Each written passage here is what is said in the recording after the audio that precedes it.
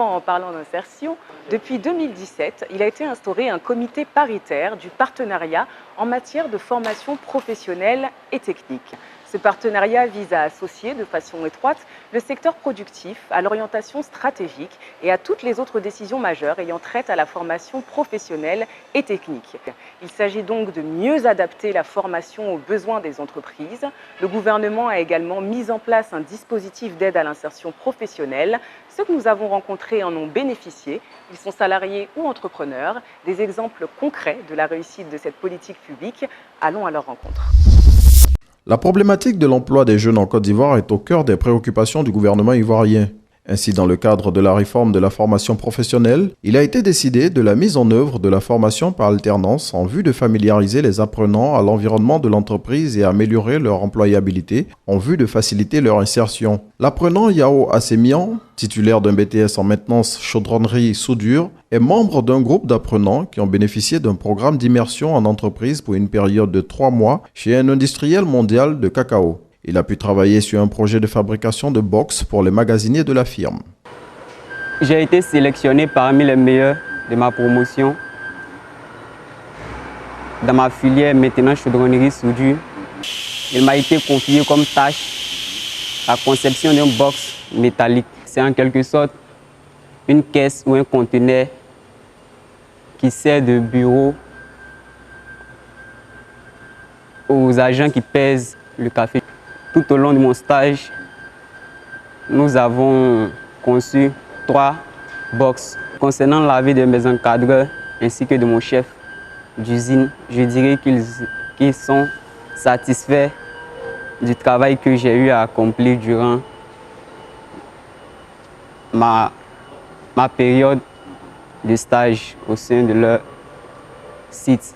À la fin de son stage dans l'entreprise, il est optimiste pour la suite de sa carrière. À la fin de notre stage, nous avons reçu des fiches d'évaluation sur lesquelles j'ai mentionné renouvellement de stage ainsi que embauche si possible. Donc, j'ai pour intention, si on m'appelle bien sûr, de renouveler mon stage ou d'être embauché et travailler. Selon M. Thio Nangaluru, directeur de l'apprentissage et de l'insertion professionnelle, le dispositif d'aide à l'accompagnement mis en place pour les jeunes diplômés permet actuellement de maintenir, former et accompagner les apprenants dans leur insertion professionnelle, car un suivi est fait à partir d'une base de données constituée depuis l'école. Il faut dire que chaque année, après la proclamation des résultats, nous avons la base de données de tous nos diplômés. Et qu'une fois qu'on a la base de données de tous nos diplômés, nous développons ensemble un ensemble d'activités avec les serves dans les établissements. Donc, l'intermédiation commence avec les entreprises, ce qui nous permet de savoir, au bout d'un certain moment, quels sont ceux qui sont en stage encore, stage pré-emploi, quels sont ceux qui sont en contrat à durée déterminée, en contrat à durée indéterminée.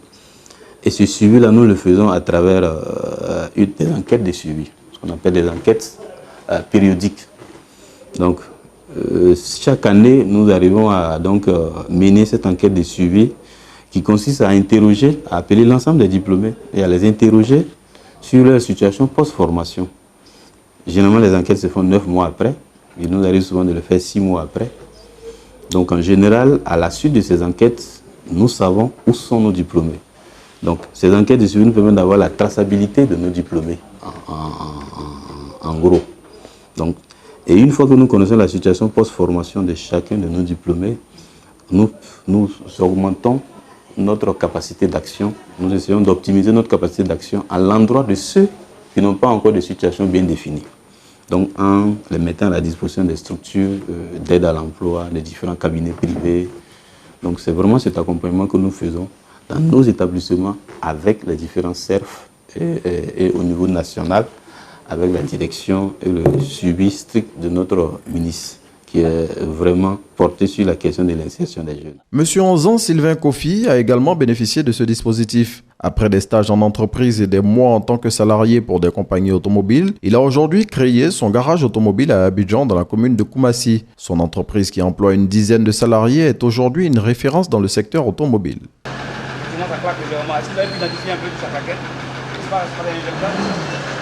Vous avez tiré ce stop? Est-ce que vous avez tiré ce stop? Nous avons fait 3 ans de formation au centre de perfectionnement qui a été sanctionné par un brevet technicien en mécanique automobile. Et après, j'ai fait les stages. Je faisais 1 mois théorie et je faisais 1 mois pratique pendant 3 ans. Après cela, après mes 3 ans, le marché de l'emploi étant difficile, je me suis inscrit dans un autre établissement parce que j'avais déjà une information comme quoi l'informatique allait intégrer l'automobile. C'est ainsi que je me suis inscrit dans une école de la place qui apprenait le langage informatique aux élèves. Étant là-bas, j'ai travaillé. Quand j'ai acquis une certaine expérience, j'ai décidé de me lancer sur le marché de l'emploi en créant ma propre entreprise et surtout de pouvoir aussi créer de l'emploi pour mes jeunes frères avec qui j'ai fait le centre, qui étaient tout le temps en train de solliciter « Ah, on n'a pas eu de stage, on n'a pas eu de stage ». Étant lui-même un pur produit de la formation professionnelle, il a ouvert les portes de son entreprise aux nouveaux stagiaires qui alternent pratique et théorie. Nous avons des stagiaires qui sont actuellement en apprentissage, qui font l'apprentissage avec nous les matins et les soirs, qui vont se préparer pour le brevet technicien dans la même école que moi.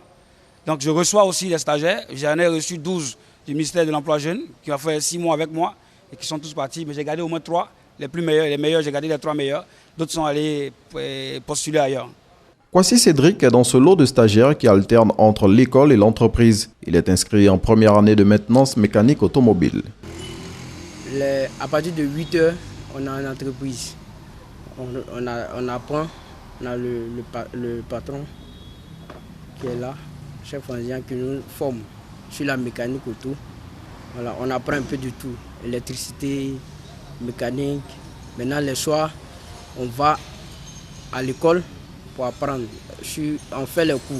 Après la formation, moi, personnellement, j'envisage de créer mon entreprise. C'est forgé de son parcours d'apprenant à chef d'entreprise que M. Anzan Sylvain galvanise ses cadets qui ont choisi la voie de la formation professionnelle.